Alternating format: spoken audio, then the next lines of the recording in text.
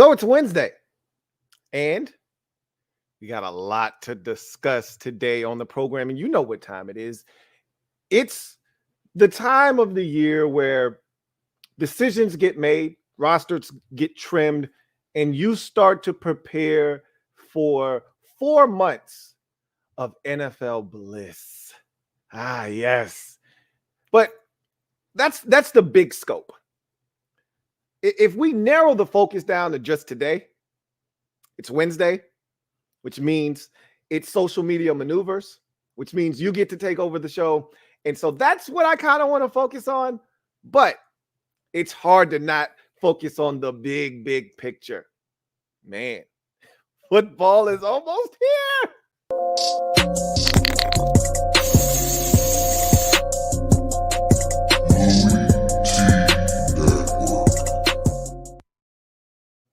Who else could it be but me, your man, Louie T? Welcome to the 194th installment of the Louie T Network podcast. I, of course, am your set man, Louie T. Thank you for joining me.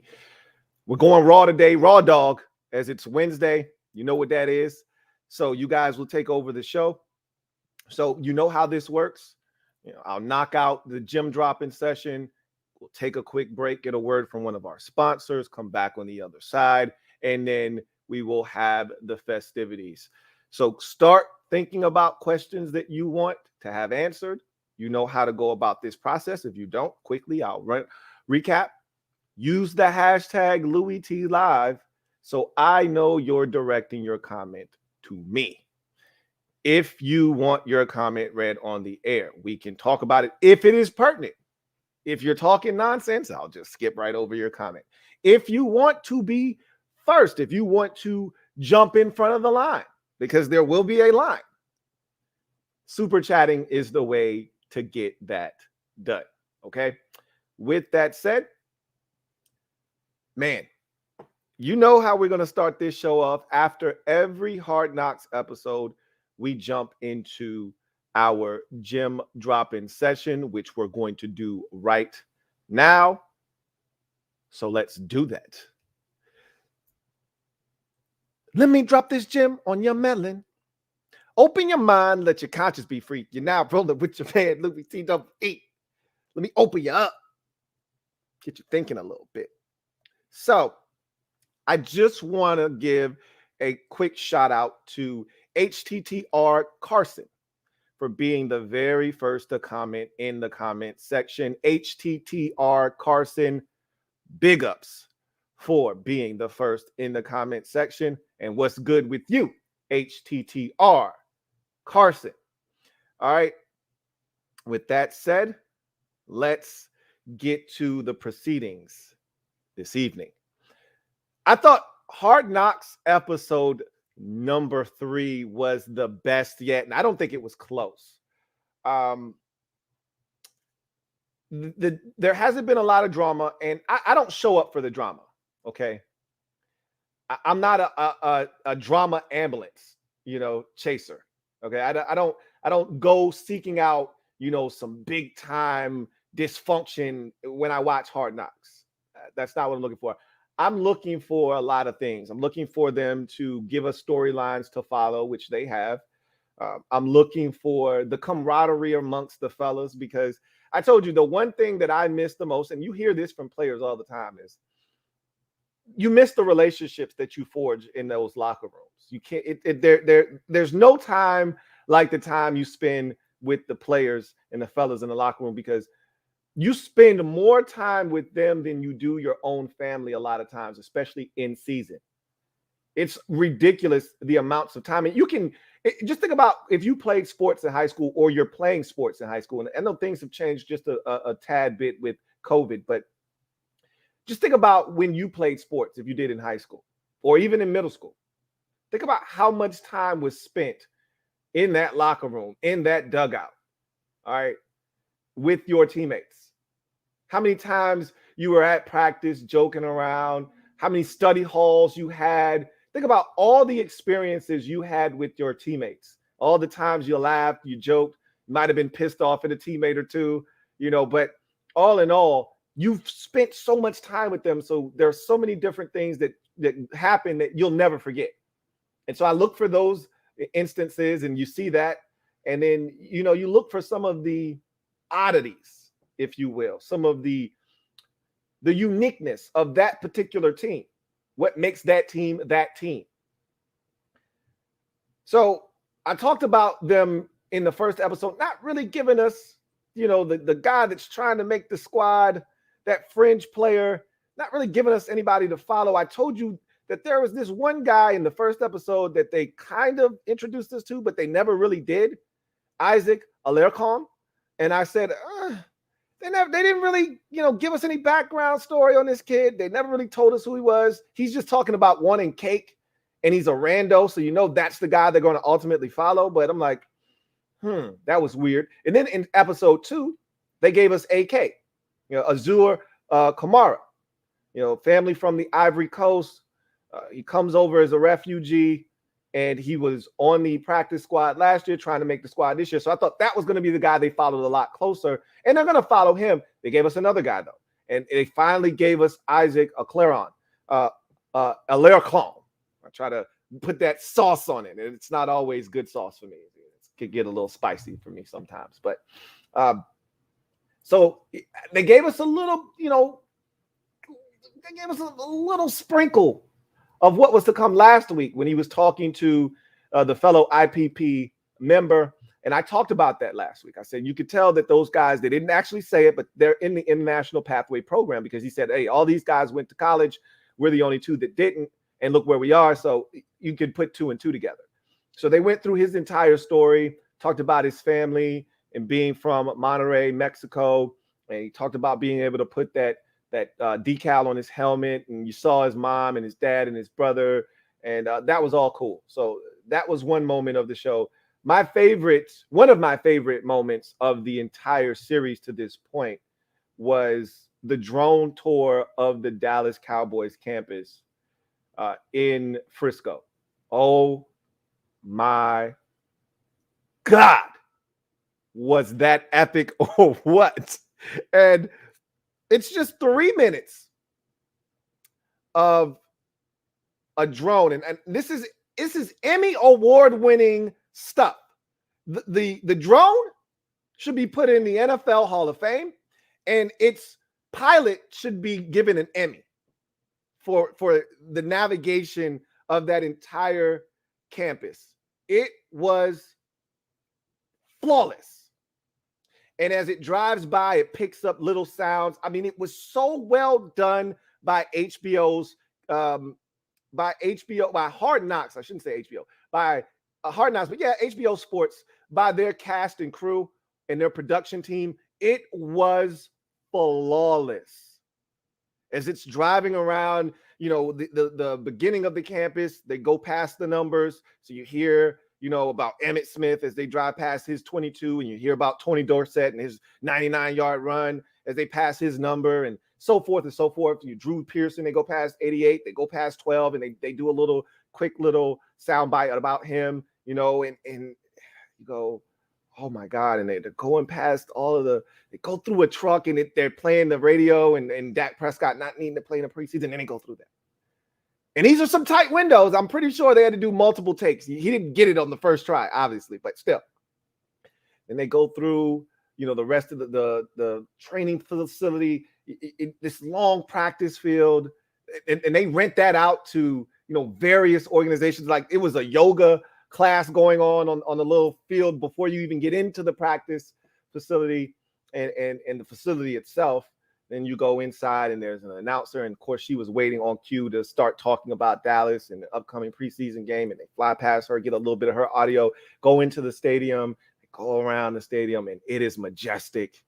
And it takes a look at that, and then it goes out of there, and it goes around the campus some more, and it's going past employees doing their daily tasks, and it goes up the stairs and then into the meeting room, and that's a huge meeting room. You could probably have 2 full graduating classes in that meeting room, but it goes in and out of that thing, goes up the steps and goes around the building, and you see the training facility where they work out, the actual workout facility, and goes through there and it comes out the other side, and you see the two massive practice fields, and it just stops. And then the narrator, Liv Schreiber, comes in, and you're like, man, that was epic. Give them an Emmy right now. Right now.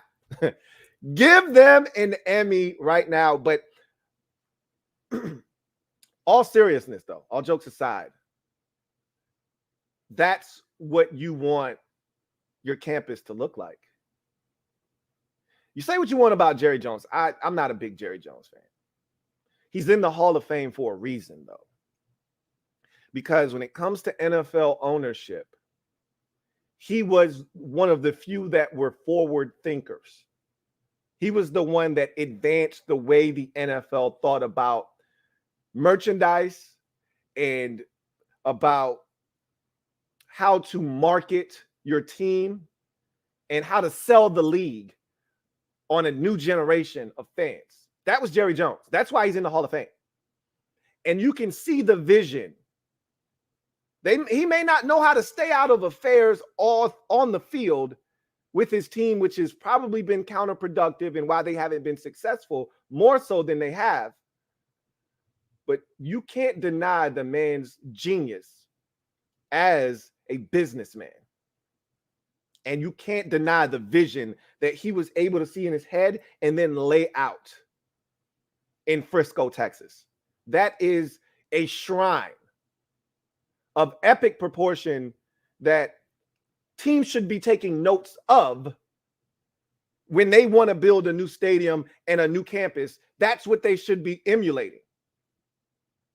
We see brand new stadiums all the time. All the time. But to see that campus, that wasn't the stadium. Okay. That was the campus.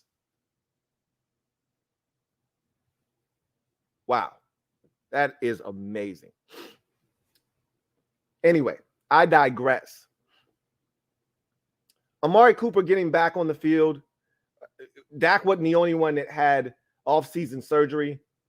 He had ankle surgery as well. He was working his way back. We talked about that earlier in the offseason. He finally got back on the field this past week. Watched him in the preseason game. He drew the pass interference flag.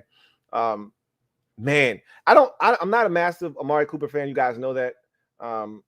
I think he is very passive aggressive. That's the term and phrase I like to use with him.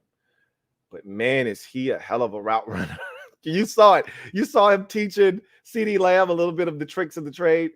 And CeeDee just being like, damn, that was nasty. You know, snapping dudes off. Like, he was just showing them basic, hey, this is how I get off the line. If I'm going inside, this is what I give him. How can you not think I'm going out there when I do it? And he did it just like that, like it was nothing. 1, 2, 3, boom, boom, boom. How can you think I'm not going out there? How can you not open up, turn that way? Now I'm crossing face. I got the slant, easy money. He says, if I'm going outside, same thing. I'm going inside, and then I'm going back outside. How can you not think I'm going inside when I do that? You have to respect that. Then he's like, that's my 1, 2, 3. I can also give you a 1, 2. I was like, yeah, he's nasty, man. Amari Cooper's nasty. Say what you want about him. And I talk a lot of shit about Amari Cooper. He's a hell of a football player and one of the best route runners in the league. Dak and Zeke had a costume conversation that I thought was really fascinating. So I told you this episode was really good stuff. So they had a discussion about wearing costumes and how they thought those went. And they weren't big fans of costumes, things of that nature. And so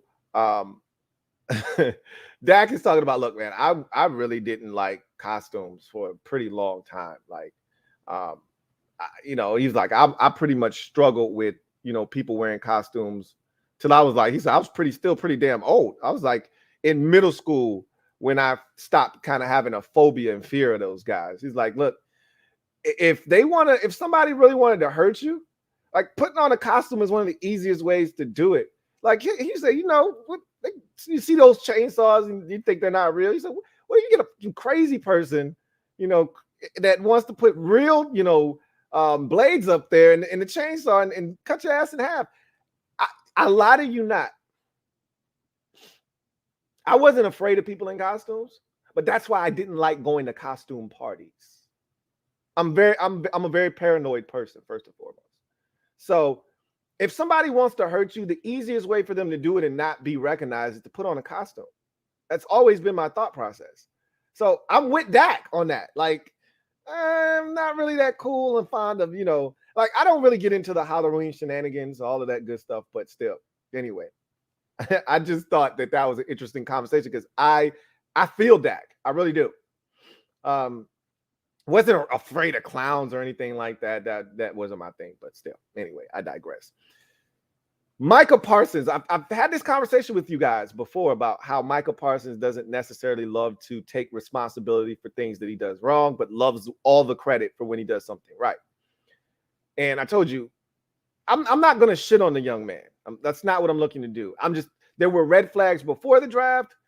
You can see some of those things potentially playing themselves out, if he's not careful.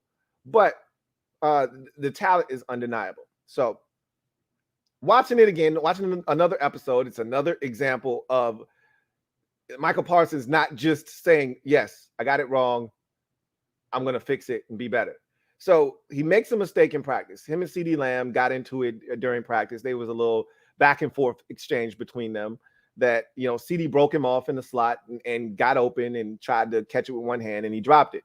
And Micah's like, well, I was playing with inside leverage, so I wanted you to go outside. So what are you talking about? My coverage is to make sure you don't cross my face inside. So I want you to go outside. You don't want the guy you play with, you play with inside leverage because you have help outside. You don't want to let him cross your face. There's no help in there. So you have to play with that leverage. But at the same time, you don't want the guy to be 2 yards away from you when he catches it either. And so, CeeDee was like, bro, I pretty much broke you off. You weren't even close. So anyway, long story short, they get in the film room. And I don't know if that's the particular play they were talking about or not, but he's with his linebacker coach.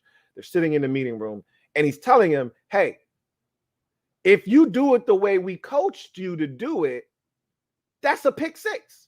You're going the other way with that. And he, instead of him saying, you're right, coach, I should have, like, he didn't ask him, hey, Michael, what were you thinking here? And then you can go into your whole, hey, this is how we did it at Penn State. And so I wanted to, that's what I was taught. And so that's what I was doing. I fell back on some of the, some of my old habits of how I was taught to do it before. That's not what the coach asked you, though. He's telling your ass, don't do that shit. Do the shit we taught you to do. At that point, you just say, all right, I got you, coach. Yes, sir. Whatever the case may be. Hey, I got you, coach. You're right. Yeah, that's my fault. I dropped the ball there. No, that's not what he said. Well, he said, so if you just do it the way we teach you, that's a pick six. And he's like, well, how I was taught to do it was this, that, and the third. And he's like, bro, you're not trying to be in the Pittsburgh Gazette anymore. The Pennsylvania. And he said some random, newspaper in Pennsylvania because obviously Micah Parsons went to Penn State. It's like, that's not what your aim is anymore. We in a big time now. This is how we do it up here. You do that, and this is a pick six instead of this being a completion. And I'm saying that's another example of, and he's going back and forth for a second with the coach, and then he realizes, all right, let me just shut the hell up. All right, he's like, yeah, okay, I got it. I'm like, why did you do that from the jump? Stop making excuses and just say, yeah, that's I effed up on that one, coach. All right, I'm gonna be better. And teaching, it's a learning tool. That's what practice is for. It's a teachable moment. Take the lesson and shut up. Anyway, I digress. So one of the funniest moments of the episode, and there were plenty of funny moments, plenty of moments where I actually laughed out loud. One of them was Jaquan Hardy, a running back from Tiffin, right? So they did a little, quick little piece on him to introduce you to him, and he'll be another guy that we follow in this process. So I think we have our 3 guys now that we'll follow and want to see if they make the team or not. Jaquan Hardy is an undrafted running back out of Tiffin. Isaac Alarcon from the IPP program, and he's an offensive guard. And AK, Azur Kamara, from the Ivory Coast who was on the practice squad last year with Dallas, trying to make the squad this year.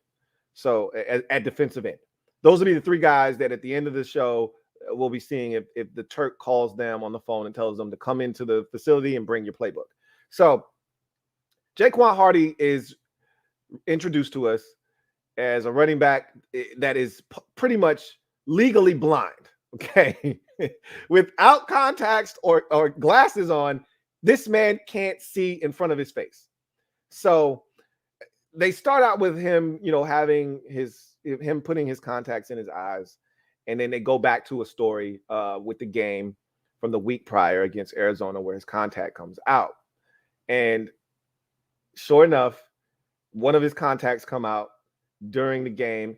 And when you're undrafted, and I obviously didn't play at a high level, but in any sport, when you don't get a ton of run and something goes wrong, you're not coming out of the game because you may not go back in. When you play basketball, you're at the end of the bench and you go up for a layup and you try to break your fall and you put your wrist down and you get up and your wrist feels a little weird. You're not coming out of the game. You may flex it a couple of times. You may wince a little bit. You're not coming out of the game because if I come out of the game, I might not go back in. Same shit in football. You're undrafted rookie. You're getting reps at the end of this preseason game. You're not coming out of the game. They put somebody else in. They may not put you back in the damn game. You cherish those reps. So his contact comes out and he's thinking to himself, I can't come out of this game, but he can't see. So they throw him a pass, and sure enough, he drops it because he can't see. And maybe he just can't catch because even in practice, he had a drop. And that prompted his running back coach to say, hey, Jaquan, can you catch? Because every time they throw you the damn ball, you drop it. Anyway, he comes to the sidelines because everybody wants to know, bro, why you didn't catch that? And he had his excuse lined up. Well, it wasn't an excuse. It was a reason. He's like, I'm 1-1. I'm 1-1. And I'm thinking to myself, what the hell is 1-1? I'm thinking that's some kind of, Cowboys terminology for like, I owe you one. I made one play. I made one bad play, one good play or something like that. So I'm like, I'm 1-1. And so everybody comes around him and they're like, 1-1? The hell is that? He's like, I got one contact in, one contact out. I'm like, oh, that's some new shit. I never heard that one before. I'm like, that must be some contact wearing lingo that only people in the contact wearing community know. Because I've never heard that. And I know a lot of people that wear contacts. So I'm like, oh, I'm 1-1. Oh, okay, that's some new shit. So this is what I would have done. I would have done the exact same thing as Tony Pollard. So Tony Pollard comes over, so does Dak Prescott, so does Ezekiel Elliott while he's putting his contact in. And they're watching him put his contact in. And they're all laughing at him because they probably never seen anybody really put a contact in before. Because it's weird when you watch somebody put the contact on their eye, but not actually put it on their eyeball. And then they got to start blinking and get it in the right place. And so after he was done, he's like, y'all supposed to be helping me. Y'all over here making fun of me. And the whole time, Tony Pollard is laughing at the 1-1. And so was I. I was weak. Like, what the hell is that? And so he goes over to the two other running backs on the roster, the kid out of South Carolina. I can't think of his name right now. And Zeke Elliott. And he's like, yo, they're telling the story of the 1-on-1. Obviously, all of them were there for it, but it's just funny. That's the same shit I would have done. Anyway, it was hilarious. It was one of those things you had to watch it for it to be funny. I'm probably not doing it any justice, but it was hilarious. I was laughing because I know that's the shit that I would have done. Anyway, that was funny. This was also funny. It was cool and it was funny at the same time. So the first part about it was cool was Jonathan Jackson, who is a mailroom supervisor and also a part of the Cowboys football operations, is a fourth generation employee. That is amazing. So his great-great-grand started out in the mailroom in 1966, I believe he said. Then his grandfather was brought in by his great-great-grand, and he was working there. And then his granddad brought in his dad, who he looks just like, and then his dad brought him in. And it's pretty cool that the Cowboys employed those guys over the years. It's almost like the family business, essentially. And obviously, it's been owned by different outfits. Like Jerry Jones hasn't owned the Cowboys since 1960 when it was conceived in its inception in 1960. It's been, passed down. Well, not passed down, but it's had different ownership. Jerry took over, I want to say, in 1988, I think. And so it's amazing that they've been able to keep that going through their lineage, essentially. But that was cool. Then the part that was funny was they were playing spades. I love spades, and anybody that's competitive, you love spades. That's one of those games because shit can get real heated real quick. Shit can turn ugly during the spades game because a lot of shit gets talked. And I'm a massive shit talker. Anyway, they're playing spades and they talking shit. That's what you do when you play spades. A good spades game isn't a good spades game without somebody talking some shit. So that essentially dropped him, Jonathan Jackson, for Zeke, because that's his buddy. That's his new best friend. So he drops his former partner, which that's a sin. You find a guy that you can win with, that y'all got a good rapport, and y'all kicking ass, you don't drop your partner. That's your partner. You could be Zeke's best friend off the field, but hey, this is my guy on the table. This is my guy. I'm sorry. This is my partner. Well, he had to exact a measure of revenge. And I've already told you, revenge is a dish best served ice cold. And what Jonathan Jackson did to Dak on the way out was cold-blooded. Said, hey, not only are you screwed right now, we won. Because Dak said, oh, I'm good. We got our book right here. He said, no, you don't. And take this card on the way out. Got up from the table like, get your ass up and take y'all asses home. Oh, that's a beautiful feeling. When you got the last two books, the other person thinks they need this last book to not get set. They think they got the book, and then you cut that shit in half, or you play a higher card in that suit. They think they got the highest card left, or whatever the case may be. Oh, that's a beautiful feeling. And then he slapped down the ace, a spade. Nobody's beating that. Game time. Walk away. Walk off.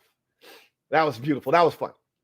And then finally, you get to the game versus the Texans. And I talked about this on the breakdown of the week 2 preseason on last episode when I said, we're going to see this on Hard Knocks. And I said, Ben DiNucci was awful in the game. He threw 3 picks. And I said, that's pretty much, I think, the nail in the coffin for him. Not only is he, I don't know, not only is he not going to win the backup job, I think he may not even be on the roster at this point. I know they're really not happy with Garrett Gilbert. Like, they took Garrett Gilbert. I told you, after they forced the fumble of Garrett Gilbert, he got one more possession. It wasn't a good one. I think it might have been 3 and out. And then they snatched his ass out of the game and they put Cooper Rush in. And Cooper Rush was actually the best thing that happened to him in that football game. I think Cooper Rush is going to be their backup quarterback. We'll see. I thought Mike McCarthy said something interesting at the end of the show when he was at the podium after the game. He said, we got one more preseason game and we're going to need it. So he still doesn't know what he's going to do at quarterback in terms of behind Dak, but they better figure it out because, again, I've said this at least 2 or 3 times. I'm going to say it again. If Dak gets hurt, they're screwed. Cooper Rush might be the best option that they have, but he's not consistent at this point of his career. But I can tell you who isn't, Ben DiNucci. Okay, he stinks. And Garrett Gilbert, what's eating Gilbert grape? I don't know, but he's not eating up NFL defenses. I can tell you that. So I think Cooper Rush may be the best, but I don't feel like Cooper's putting a rush on me either. And I don't know if I want to know him better either. But we'll see. The bottom line is they followed all the players that they want us to be to have investment in this game. AK, and I thought the coaching of AK by Cowboys veteran Tank Lawrence was phenomenal. That's what you want your veteran players to do with young guys trying to make the team. School them up, calm him down. He's not playing as fast as he can play. That's his skill set. That's his trait. His speed. He's 234 pounds, so he's not beating anybody with raw power. His thing is speed. He's not running out. He's not moving as fast as he wants to out there. And Tank notices that and says, look, dude, you thinking too much. Speed is your game, and you're not using that. Stop thinking, bro. Get to the line of scrimmage, read your keys, and then go. Get off the goddamn ball. That was pretty cool. Alaric Khan. I thought he had a good game. You know, watching the clips that they showed us, he might have been a guy that graded out relatively high. Thought he did some good things. Trayvon Diggs was a guy that they showed us in the episode. His son is adorable. Reminds me of Nikki from Fresh Prince of Bel-Air. If you remember Nikki in that show, you know, well-spoken, very energetic and spunky. I love, you know, how well he speaks. I don't know how old that kid is. Can't be any more than 6, I would guess. But he speaks very well, knows what's going on. I'm not the biggest fan of him calling his dad by his first name, but that's nor here nor there. I don't. That's not my place to say what he should or shouldn't do. Bottom line is, I love that little kid. You know that they're doing a great job with him. And they showed him a little bit. He talked to his brother during the show, and then they showed Ben DiNucci, and he was ass. So I thought this episode, all in all, was by far and away the best episode of the series to this point. And we have one more episode. They'll cut the roster down to 53. We'll find out who makes the roster out of the guys that they've introduced to us. And maybe they'll give us a little bit more on Dak as we head into the season. He's not playing in the preseason already. That was a part of this episode as well. So I just thought it was a well-done episode, and it set the stage for the final episode of Hard Knocks. So that's going to do it for the gym dropping session. And what we'll do, I want to go ahead real quick and give a shout out to a brand new member of the Mob Squad, my guy, Calvin Krim. And thank you for joining the Mob Squad, Calvin Krim. Stand up. You are officially in the building, Calvin Krim, and you're a member of the Mob Squad. So we're going to get to a quick break. We'll come back off of this break, and we'll get to your comments and social media maneuvers. So go ahead and start lining those up. Use the hashtag LouieTLive to have your comment read on the air if it is pertinent. If you want to jump to the front of the line, super chats are the way to do so. You are tuned in to the 194th installment of the Louie T Network podcast. I'll see you guys on the other side. I want to take this time to thank Manscaped for sponsoring the Louie T Network podcast. Attention listeners across the galaxy, all the way from Australia to Houston, do we have a pube problem? If so, our friends at Manscaped have cleared you for takeoff with their 4th generation and brand new Lawnmower 4.0. Kick your pubes to the next planet with the Performance Package 4.0. The orbits in your pants will feel like you've got zero gravity when you use the best tools for the job from the leaders in male grooming. Join the 2 million men worldwide who trust Manscaped and get your rocket ready for takeoff by going to manscaped.com for 20% off plus free shipping with the code LouieT. Ready for an out-of-world experience, fellas? Look no further than a Performance Package 4.0 from Manscaped that is just taken off not only in the US, but Canada, the UK, and across Europe, Australia, South Africa, and Singapore. Inside this package, you'll find their 4.0 lawnmower trimmer, weed whacker ear and nose hair trimmer, crop preserver ball deodorant, crop reviver toner, performance boxer briefs, and a travel bag to hold your whole solar system. First scheduled for liftoff, new Lawnmower 4.0 lawnmower trimmer. This spaceship is here to guide you on your journey to trim your body, balls, butt, and even your anus. You see what we did there? This 4th generation trimmer also features a cutting-edge ceramic blade to reduce grooming accidents thanks to their advanced skin-safe technology.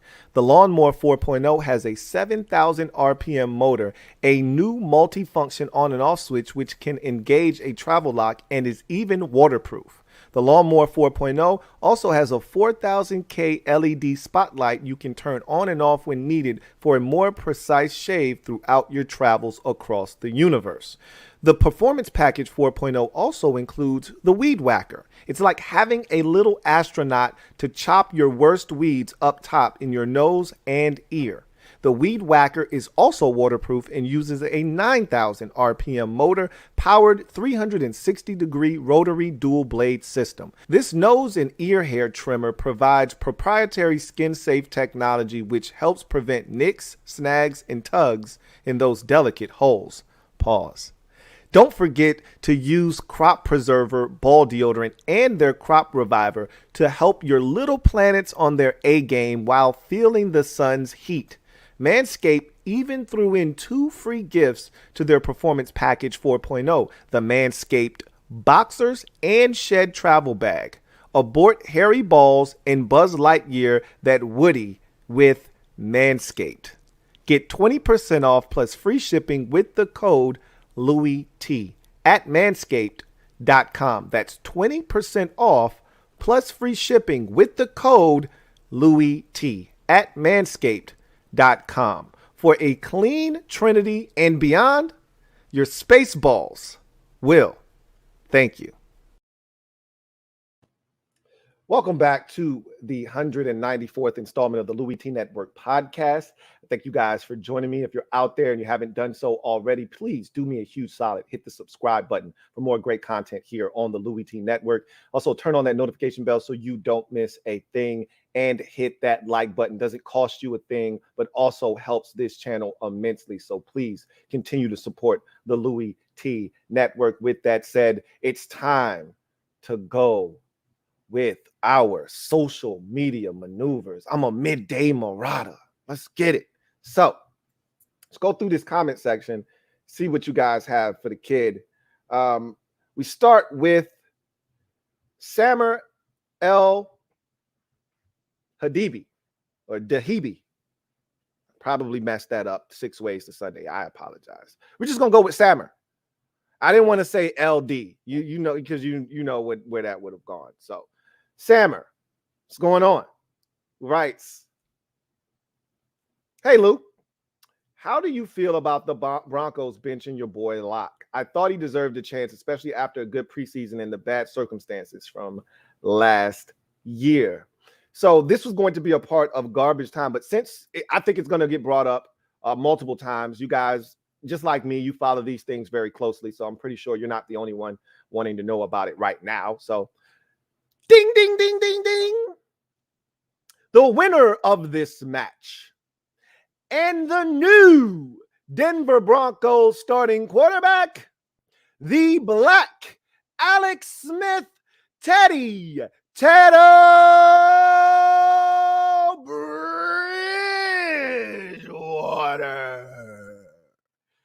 Y'all give it up for the brand new Denver Broncos starting quarterback, Teddy Bridgewater.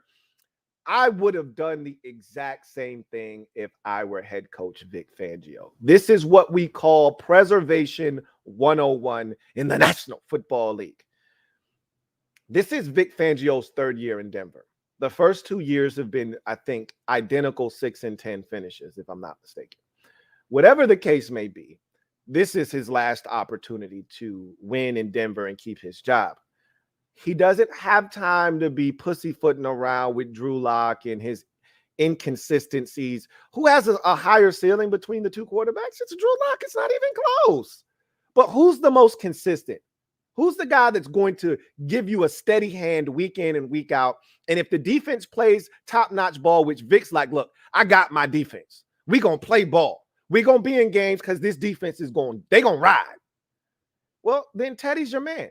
Just go look at what Teddy did in Minnesota when he was the starter there. Go look at what Teddy did in New Orleans for 5 games when Drew Brees was out. They went 5-0. Why? Because the defense was excellent and Teddy didn't F shit up.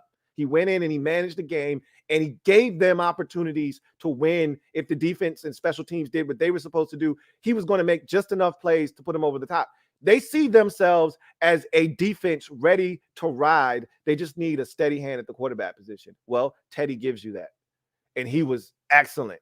against the Seahawks in the second preseason game. And guess what? Drew Lock was not. He came in, he fumbled twice, he threw an interception. They said, you know what? We don't have time for this shit, man. We really don't.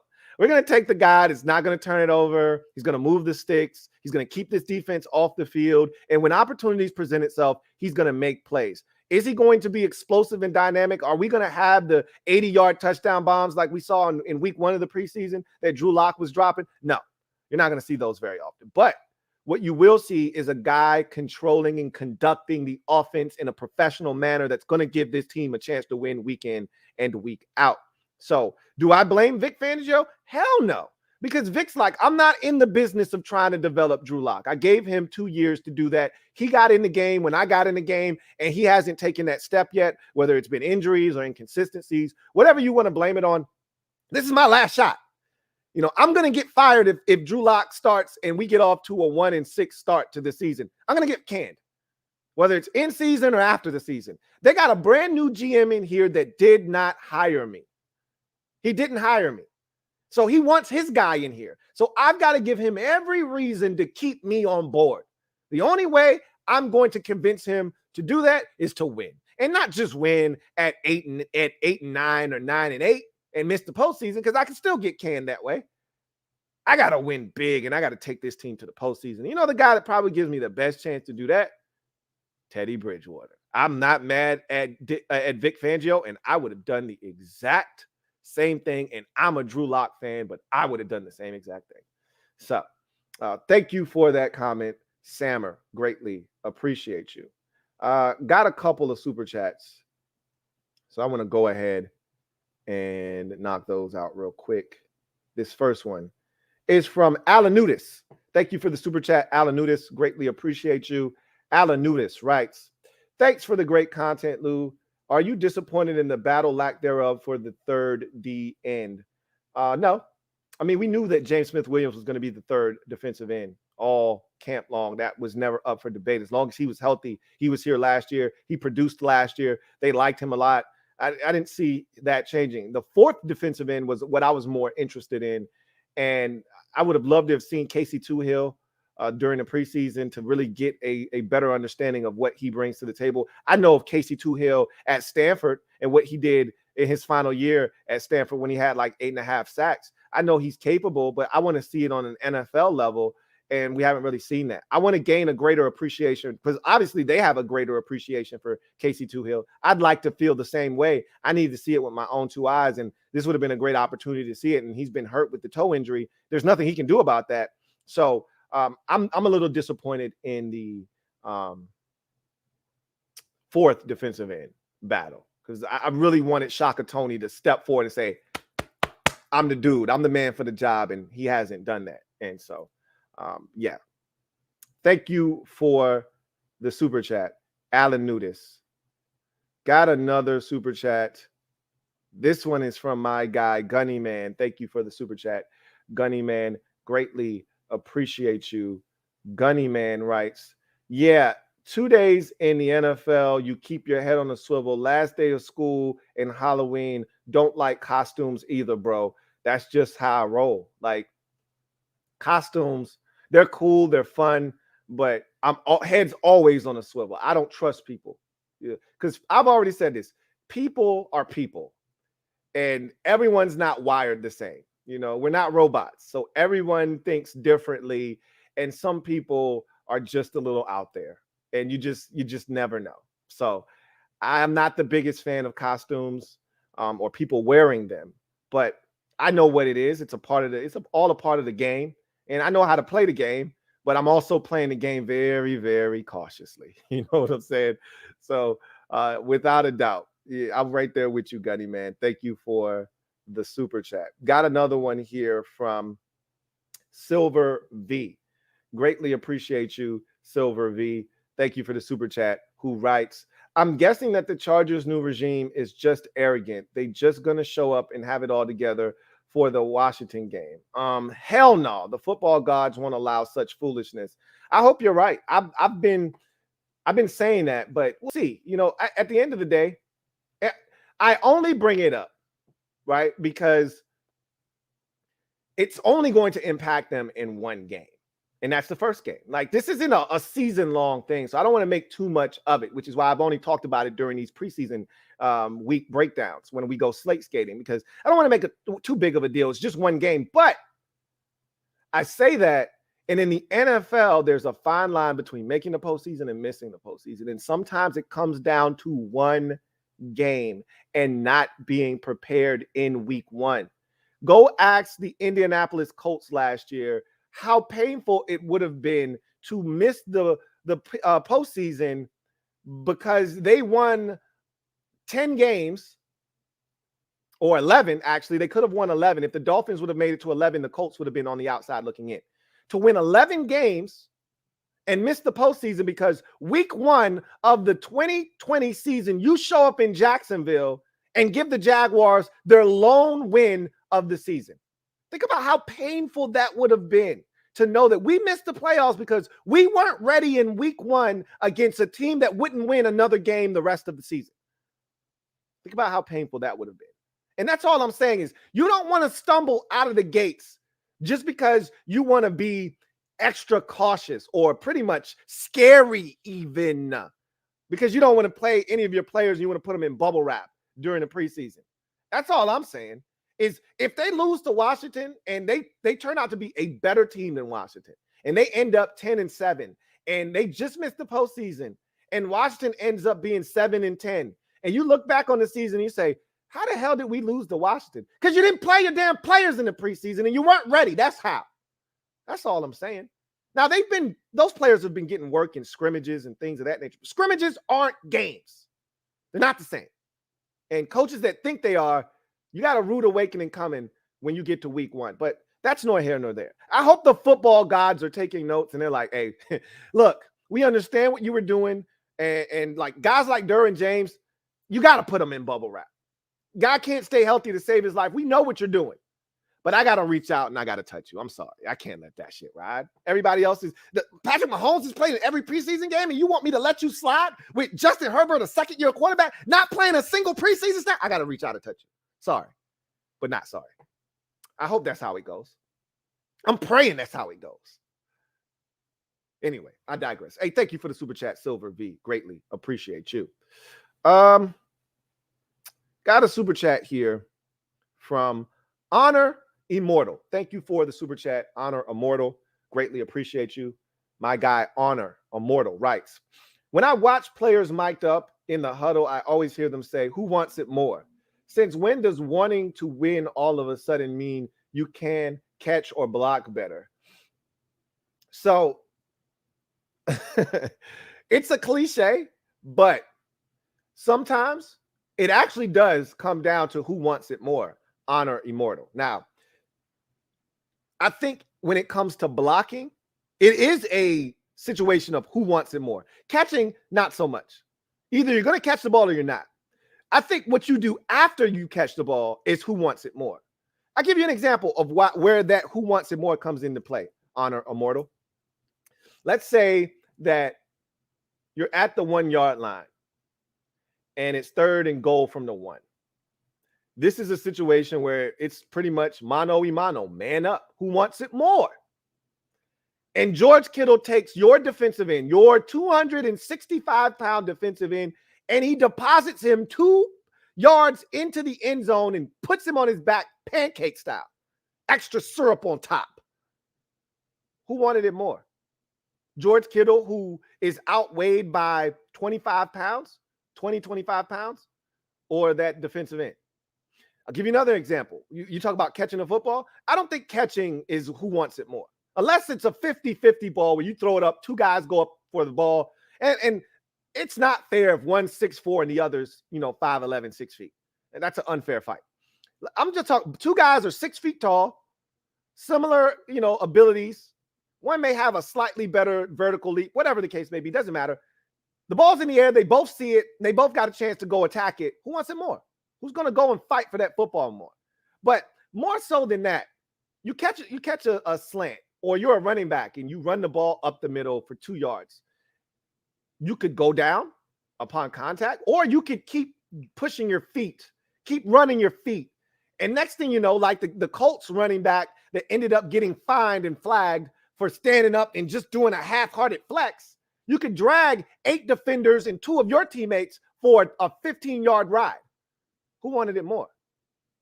That's when that comes into play. You catch that slant, and you get a defender who has an angle. He should be able to tackle you, but you stiff-arm the shit out of him. Then another defender comes, you cut back on him, and now it's a foot race. And a guy grabs you at the 3, and you drag his ass into the end zone for a touchdown. Who wanted it more? When you hear that phrase, you got to dig down a little bit deeper and find out who wants it more. I always talk about blocking in the NFL being the same as rebounding in the NBA. That's a want to. That's not necessarily skill, this, that, or third. That's effort. Who wants it more?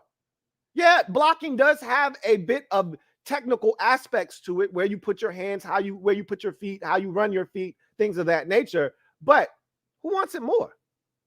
You're blocking as a receiver. That's a want to. That's not necessarily, a skill. It's who wants it more. Does that DB want to get off that block and make a tackle? Or does that wide receiver really want to help his running back out by making a superb block that springs a run and turns it from a 7-yard gain into a 70-yard gain? Who wants it more? That's when that comes into play, Honor Immortal. Thank you for the super chat. Greatly appreciate you. So let's get to some comments. Remember, if you want to jump to the front of the line, comments or super chats are the way to do that. Got one here from Young Dex, who writes, how do you see the Saints doing this year with Jameis at the helm? Marquez Callaway may be a solid number 2 receiver when Thomas is healthy. I told you I don't think the Saints are going to be what we've been accustomed to the Saints being with Jameis Winston. I just look at him the same way I do as Ryan Fitzpatrick. Like, there's only so much of a ceiling that you get. There's a reason Jameis Winston hasn't ever played in the playoffs. That's the same team. Tom Brady essentially quarterbacked the same exact team, minus a couple of young fellas. I'm not going to sit here and act like it's the exact same team to a T. It's not that much different. It's the same cast of characters for the most part. Sprinkle in a couple of impactful young fellas. I will admit that. Okay. Antoine Winfield Jr., impactful young fella. Tristan Wirfs, impactful young fella. Okay. But look, for the most part, 80% of that roster was the same. And Jameis couldn't get them past 9 wins, I believe, was the highest they ever got with Jameis Winston at the helm.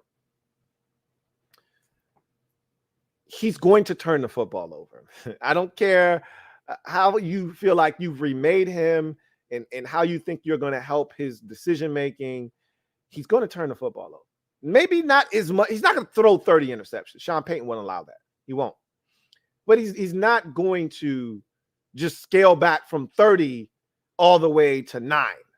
He's still going to throw 13, 14 picks. You're going to lose some games because Jameis Winston made some mistakes in critical situations. So I see that as a problem. And I also see Michael Thomas not starting out the season healthy. You could lose some games that you could win if you had a healthy Michael Thomas.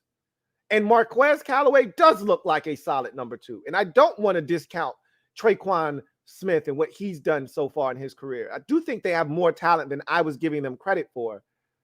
But without Michael Thomas, you know what I always like to say.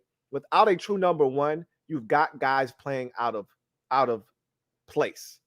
They're not slotted correctly. So now Marquez Callaway has to be a number 1 wide receiver when the season starts until Michael Thomas comes and gives them some reinforcements. And then Jaquan Smith has to be a 2 instead of a 3, which he's more naturally a 3, and so forth and so forth. And it doesn't help that the tight end position is being ravaged by injuries. I don't think, if the defense isn't lights out like it was maybe 2 years ago or so, and at times last year, if the defense isn't lights out, I think they're going to struggle. But I do like Marquez Callaway as a really solid number 2 if what he's done in this preseason continues. It's all about the jersey switch to number 1. It's all about the number 1. He's figured it out. Thank you for the comment, Young Dex. Got another super chat. This one is from Twin D. Thank you for the super chat, Twin D. Greatly appreciate you. My guy, Twin D, writes, What up, LT? What up, Twin D? For those defenses considered better than ours, what makes them better? Consistency is one thing. Guys that have done it in this league for multiple years, guys that you can trust, that you know what you're getting out of them. For instance, the 49ers almost won a Super Bowl 2 seasons ago. If they're healthy, you put that defense ahead of ours. Now, they don't have all the same parts. There is no Defoe on that defense anymore. He's now in Indianapolis, but they think they've replaced him with a really good defensive stud and the kid from South Carolina. So they still got Eric Armstead. If they get Nick Bosa back, they think they're ready to rock and roll, So you look at the Ravens. They're good every year, it seems like. They don't give up a lot of points. And the thing that makes them more dangerous than us, you really want to know what separates defenses from us, is takeaways. We didn't take the football away last year. The Ravens take it away at a ridiculous clip. So when you look up at the end of the season, not only is Lamar Jackson and that offense not turning it over a ton, but you look up and the Ravens are +9 at the end of the season. Why? Because they forced 29 turnovers during the course of the season. Our problem last year was we didn't take it away enough. I was so excited when we would force a turnover because they were so rare. We had that one little stretch of ball when we went on that 5-game winning streak when we started to create turnovers. But you take that 5-game stretch out of the equation, and we didn't create turnovers at all. That was not our forte. You had the Eagles game week 1. I think we forced one turnover of the Cardinals. We picked off Kyler Murray early in that game. Landon Collins did. And then I think we went maybe 3 or 4 weeks without a turnover. We didn't force a turnover against the Browns. We didn't force a turnover against the Ravens. And we didn't force a turnover against the Rams. And then I think we forced one against the Giants. I think Kendall Fuller caught a pick of Daniel Jones. And that shouldn't have counted. His foot was clearly out of bounds, but we got a break. But I said all that to say this. We didn't force turnovers consistently. We had that one stretch of ball against Pittsburgh with the interception late in that game. You had the Cowboys game, obviously, Montez Sweat with the pick in that game. And I think we might have forced another turnover in that game as well. I know we had the turnover on downs on a fake punt that we were able to stop. And then and they went for it on 4th down again, and it was incomplete. Darby with a good breakup on a pass. And then the 49ers game, obviously the defense was the offense with the 2 turnovers to the crib. So we had a stretch there where we were able to create turnovers, Cincinnati game as well. But outside of that, we didn't create enough takeaways. So that's another thing that makes other defenses better than us is the ability to take the football away. We have to be better in that department for sure. Red Wings 0-1. Kendall Fuller did not intercept Lamar Jackson. I think Kendall Fuller intercepted Robert Griffin III at the end of that game. Maybe we did. Maybe he might have had a pick right before half. Kendall Fuller may have. I know we got one on Robert Griffin III at the end of the game. I do remember that. Anyhow, thank you for that super chat, Twin D. Let's go back to the top and see what we got. Took that one already. J. Riv, Rams trade for Pat's running back. That was on my garbage time list, but you bring it up now, so let's talk about it now. Sony Michel traded to the Los Angeles Rams for a couple of late round conditional picks. And the conditions are probably he has to play a certain amount of snaps because he's been hurt in his career, has Sony Michel. And, something was going to be done in that Patriots backfield. This is not a surprise to me because they were loaded. Remember, after the first preseason game, after they played Washington, I think I came on and I think I doubled down on it against the Eagles. They rushed for over 200 yards against the Eagles in the second preseason game. It was a massacre. It was a bloodbath. It's 35-0. And I said, they've got an abundance of riches just a wealth, a stupid amount of running backs. They've got to do something. They don't have enough space for all of them. And I think the emergence of rookie 4th round running back Ramondre Stevenson made this a reality. They like Harris out of Alabama. They like the young 2nd-year running back J.J. Taylor. He's a little spark plug. They love Ramondre Stevenson and what he's done. And you can't forget the guys that they already currently have on their roster. What's the guy that catches the ball out of the backfield? Can't think of his name. I can see his damn number in his face. But he's a dynamic pass catcher. They just had too many backs, and Sony Michel was the odd man out. And so they traded him to the Rams, and the Rams were desperate. Remember, they lost Cam Akers for the season with an injury. And remember, the first thought was, Todd Gurley reunion? I was like, nah, that ain't happening. I said, but, a guy like Adrian Peterson is out there. We could, there's some options available, but Sean McVay said, we're going to work our in-house options first.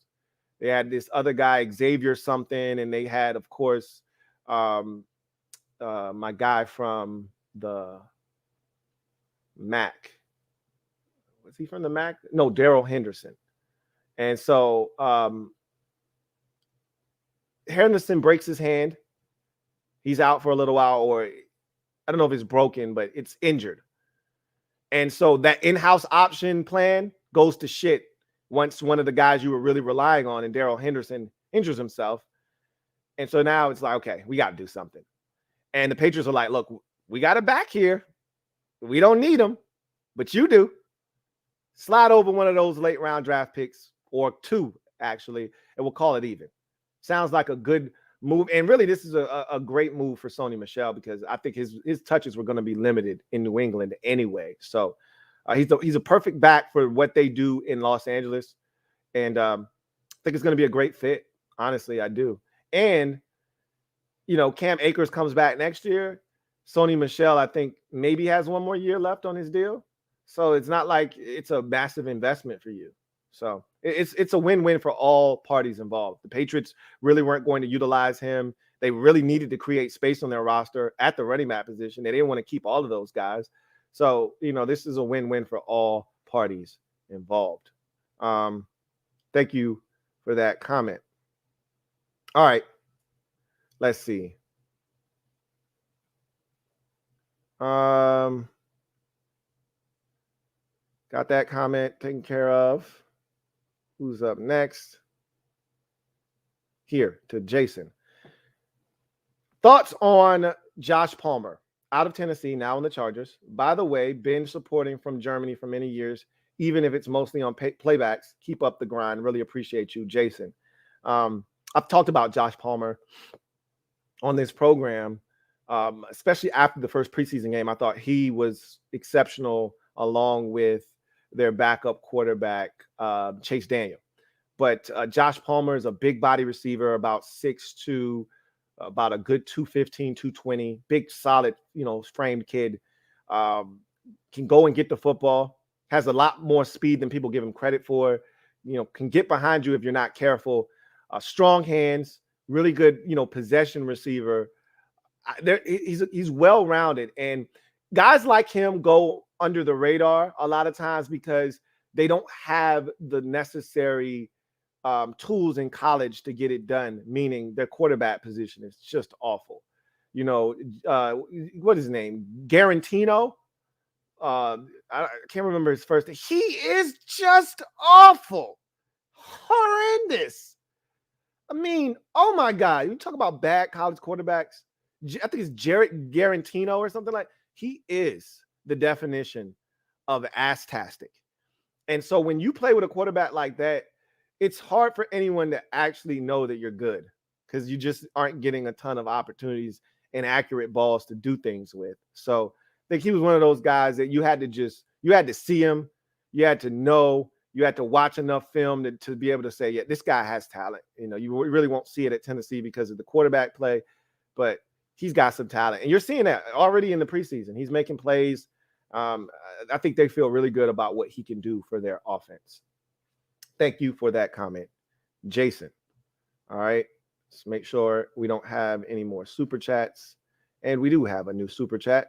This is from Captain Spartan 04. Thank you for the super chat, Captain Spartan 04, who writes, Funchess ever plays again? 3 years now, no football. I don't know, man. And you know what is sad about this is I actually thought Devin Funchess was playing well in the preseason. I brought him up. Remember, he got hurt in that first preseason game. And I said, man, he was playing well, but he got hurt. I hope he's okay. Because he left the ball game.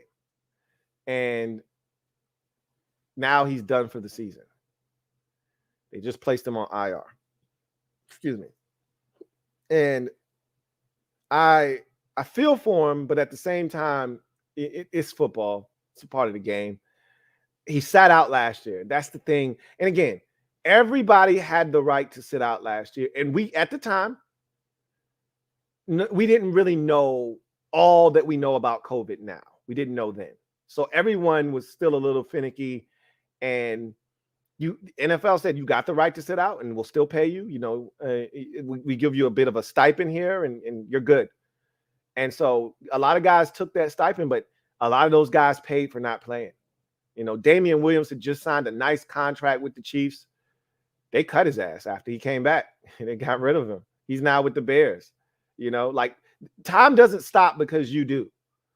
Shit keeps going. And he was one of those guys. He got a 1-year prove-it deal in Green Bay after getting a fat-ass contract for Indianapolis on a 1-year, like 15, it was like 1 year, $12 million or something crazy like that. And they were really expecting a lot of Funchess. And like you said, he really didn't play, got hurt and didn't really contribute for the Colts. So then it's, all right, now it's 1-year prove-it deal. 1 year, $5 million, Green Bay. All right, he sits out, COVID. Now he comes back and just like that. And he looked good in the one preseason game. And that one bit of action that he had, he looked good. It's a shame. No, he's not done. His football career is not over unless he wants it to be over. He's got talent. Somebody will give him a sniff, even if the Packers say, okay, enough of this. We're done. Somebody will give him a sniff. Even if it's only an invite to camp, he'll get an opportunity. And he'll be talented enough to make somebody's team. So if he doesn't want to play anymore, then it's over. But if he wants to play, he'll be back. He'll have an opportunity. All right. Let's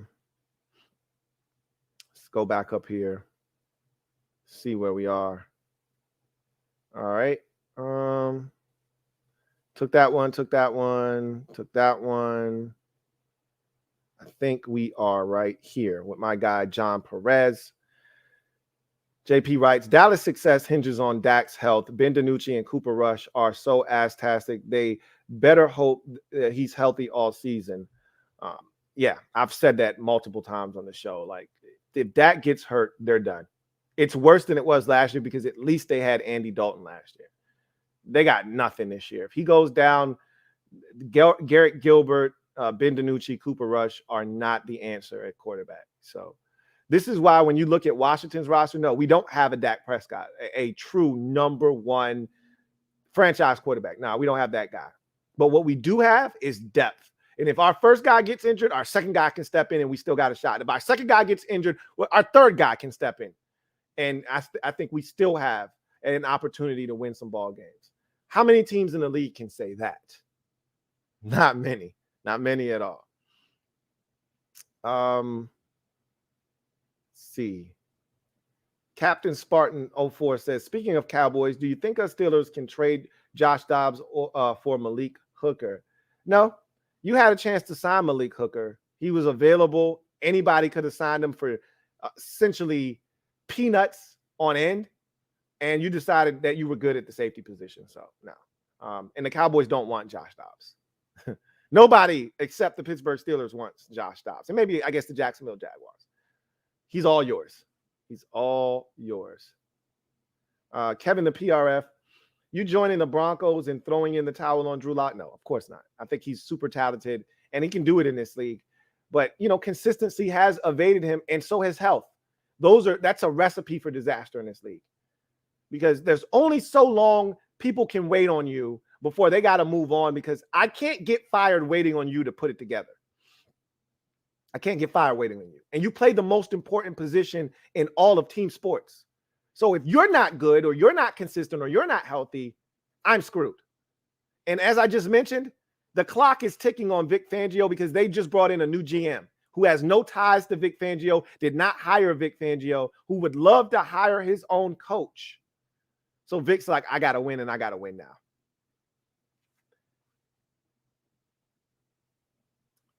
And I'm pretty sure, if I'm not mistaken, their GM came from Minnesota, and he was probably a part of the brain trust that drafted Teddy Bridgewater if he was there long enough. So there's probably a bit of affinity for Teddy, which is why they traded for him in the first place. That GM believes in Teddy Bridgewater. So, but no, I'm not giving up on Drew Lock. Not at all. All right, let's get to another comment. See where we are.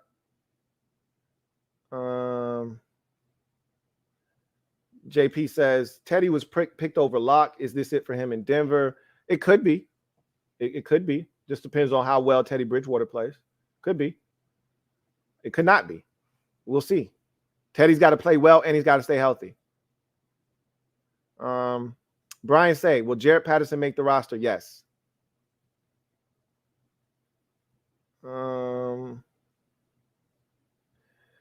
JP says, over under on how many games before Daniel Jones is benched? I don't think he's getting benched, so I wouldn't put a number on that. For me, that would be off the board. I don't think he's getting benched, but you could set the number wherever you like, and I'll just take the under on whatever you set it on because I don't think he's getting I'll take the over because I don't think he's getting benched.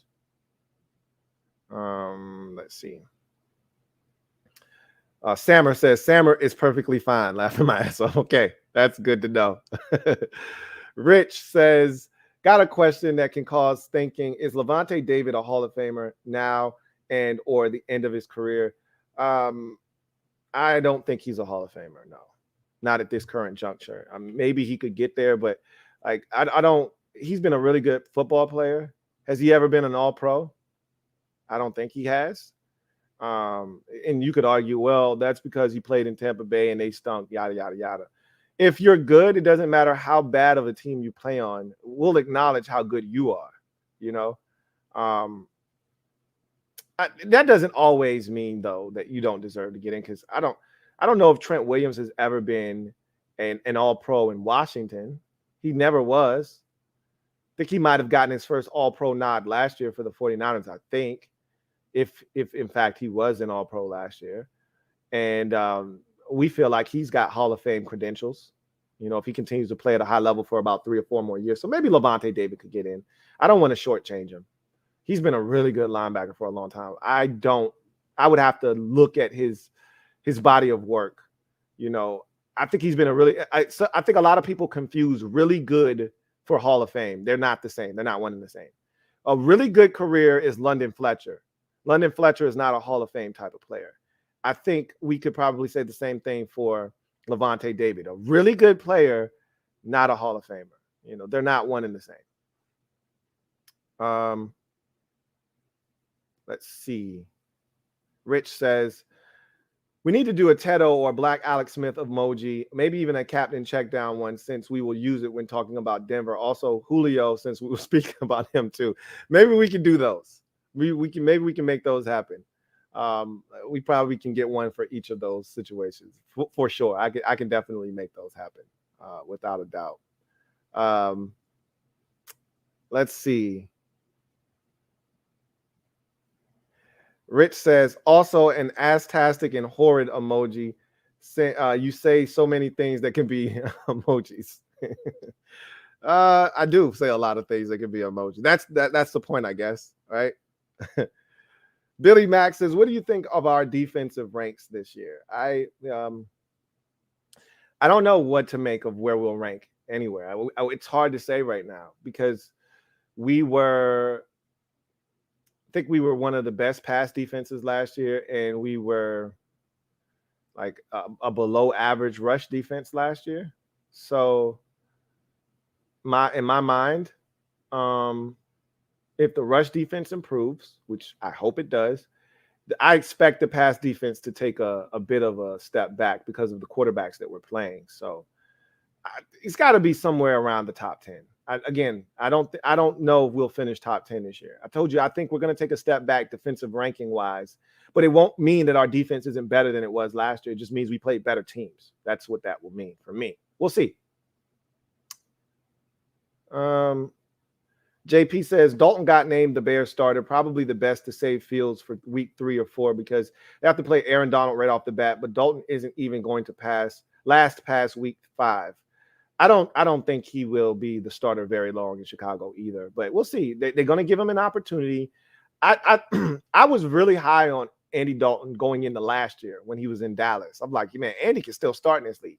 After watching him in Dallas last year, Andy's best football is clearly behind him, and he's no longer anyone's starting quarterback in my mind. He's going to have to prove that that's a false narrative. Until he does, I view him as strictly a backup at this point of his career, and I don't think he'll be starting for very long in Chicago either. Now, we could definitely set an over-under on when he gets benched for sure.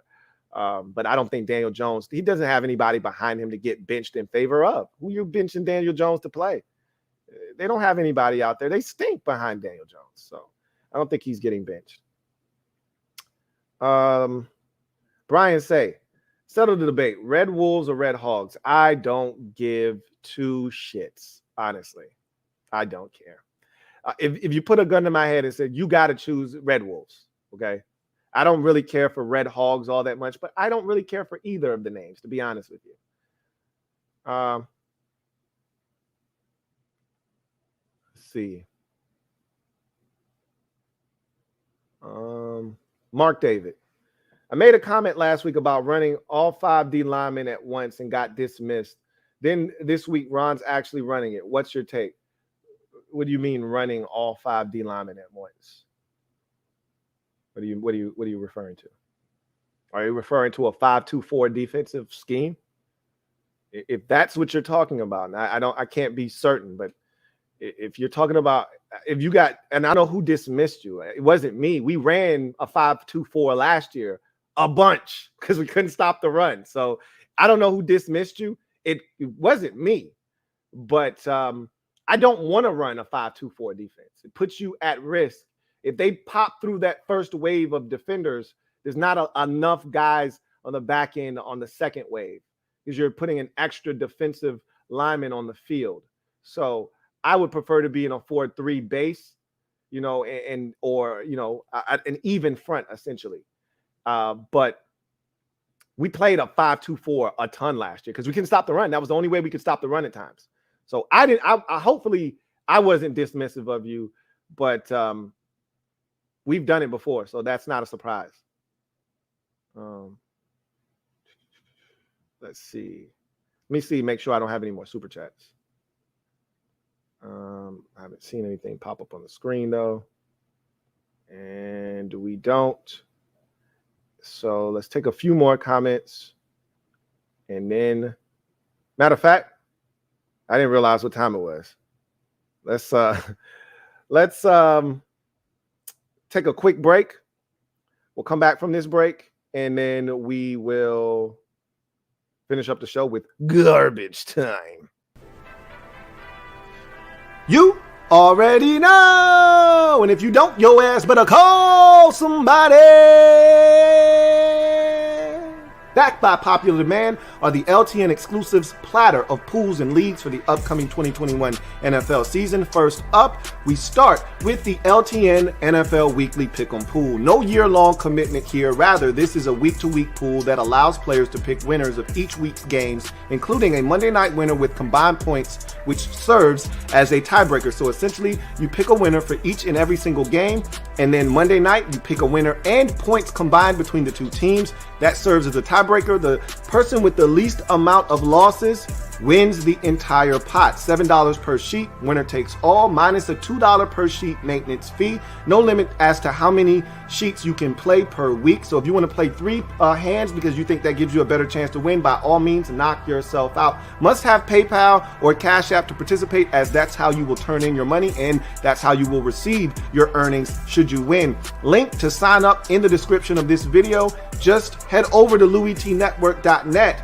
and hit the LTN exclusives tab if you don't want to hit the link down in the description. Next up, we have the 9th annual Louie T Network Soul Survivor Pool. I am 0 for 8 in this department. I am dying to get a win here. Survivor pool rules apply. So simply you pick a team to get you through to the next week. If that team wins, you advance to the next week. You can no longer pick that team for the remainder of the pool, and so forth, so forth. The team you pick loses, you're then eliminated. Last player or participating member standing wins the entire pool. $20 entry fee here. Winner takes all. Must have PayPal or Cash App to participate. Once again, same thing. You need those two, one of the two, to pay and then to get the money should you win. The link is down in the description of this video to register for the Survivor Pool. Just need to either hit that link and it'll send you directly to where you need to go, or you can go over to LouieTeeNetwork.net, hit the LTN exclusives tab, and go from there. Finally, we go to the Don Dada, the granddaddy of them all, Winners and Losers League. Okay, this is a year-long league requiring weekly selections to be made for 18 straight weeks. So if you cannot make a season-long commitment to put in picks each and every single week, this is not the league for you.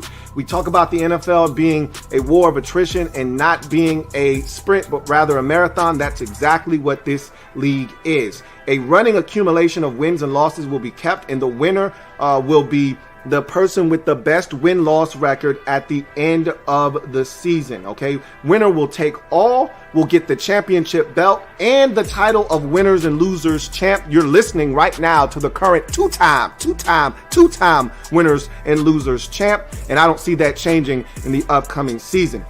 $25 entry fee, must have PayPal or Cash App to participate for the same reasons I mentioned before.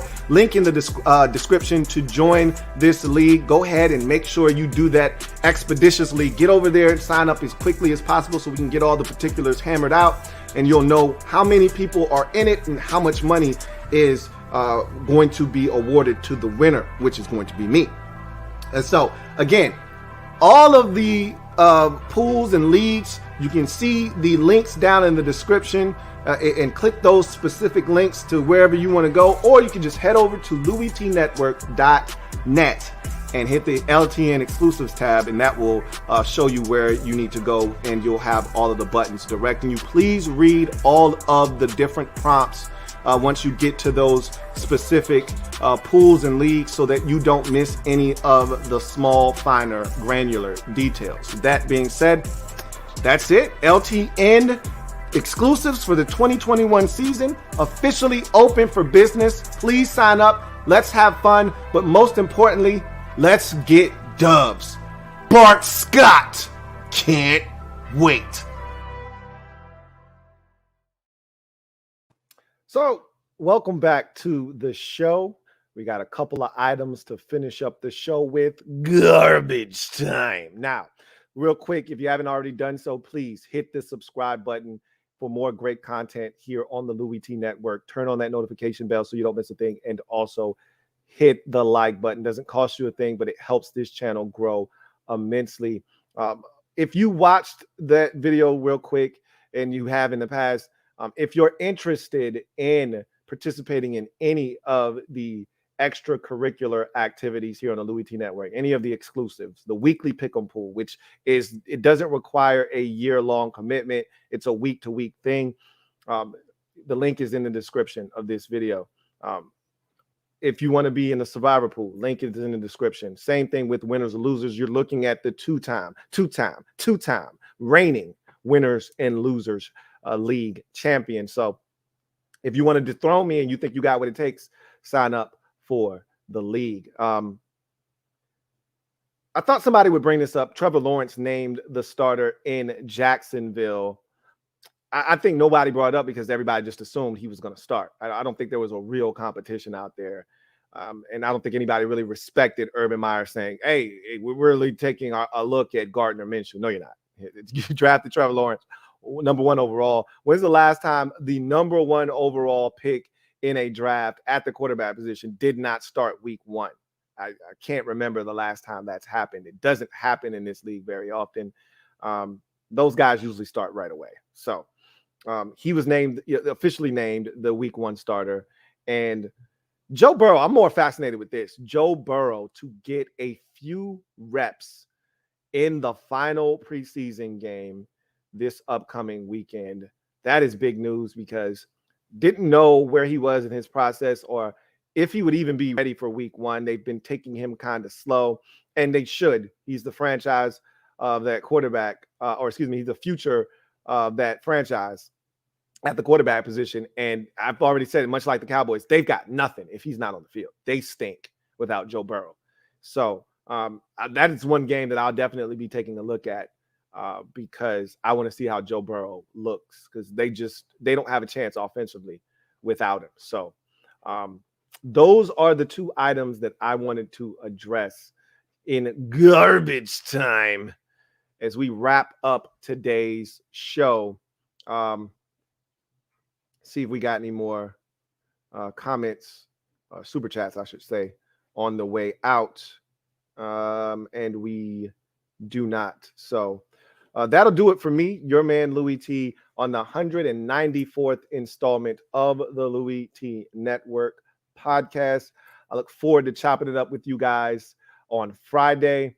If you are a Washington football team fan, I will see you tonight for the Washington football team live stream. But other than that, I will see you guys on Friday afternoon when we will break down any Thursday preseason games, take the leftovers from that, and start to turn our attention to the week of preseason games coming up over the weekend. Until then, get off the bench, get in the game, and kick it with me, your man, Louie T. Until next time, you guys have a good one. Louie T.